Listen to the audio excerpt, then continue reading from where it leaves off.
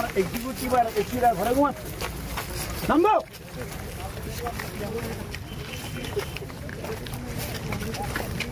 কে 34টা বছর তো কুড়ে কুড়ে খেয়েছো। শোনো হে ছোকরা, এই যে so long I will be here, I will not spare you.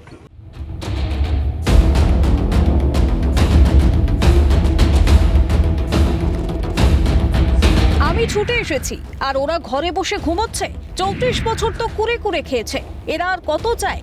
সোমবার দুর্গাপুর ব্যারেজ পরিদর্শনে এসে এই ভাষাতেই তার দফতরের আধিকারিকদের ধমক সেচমন্ত্রী মানস ভূঁইয়ার।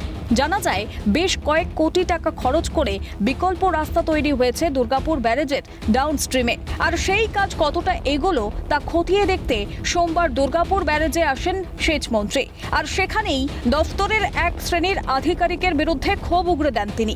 জানা যায় দুর্গাপুর ব্যারেজ পরিদর্শনের সময় বাঁকুড়া পশ্চিম বর্ধমান জেলার প্রশাসনিক কর্তাদের সঙ্গে সেচ দফতরের কর্তারা উপস্থিত ছিলেন। তবে জেলা প্রশাসনের কর্তারা সেখানে উপস্থিত থাকলেও ছিলেন না বাঁকুড়া জেলার সেচ দফতরের বেশ কয়েকজন আধিকারিক। আর এতেই মেজাজ হারান সেচমন্ত্রী। তখনই তাদেরকে ডেকে না পেয়ে ক্ষোভ উগরে দেন সেচমন্ত্রী মানস Bhuiyan.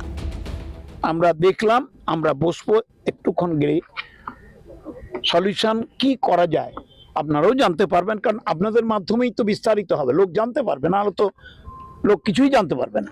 So we need your বন্ধ টন্ধ করার তো কোনো, সেটা এখনই ডিসকাস না করে তো বলতে পারবো না।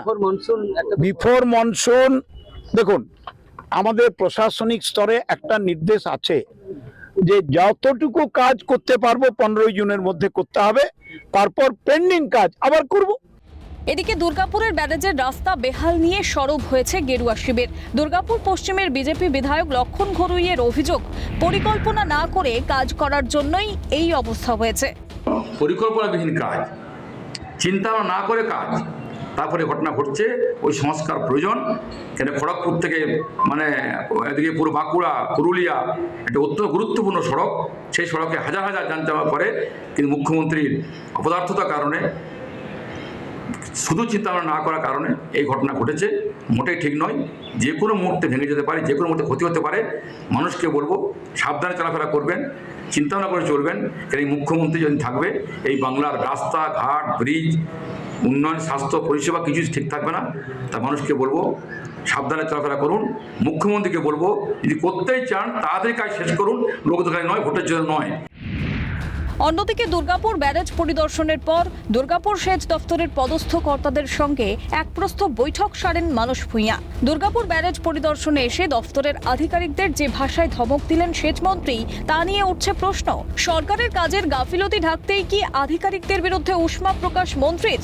ব্যর্থতার দায় এড়ানোর চেষ্টা? প্রকাশ্যে আধিকারিকদের এভাবে ধমক দেওয়াটা কি আদৌ সমীচীন? প্রশ্ন ওয়াকিবহাল মহলের। রাজেশ সেনগুপ্তের রিপোর্ট, ক্যালকাটা নিউজ।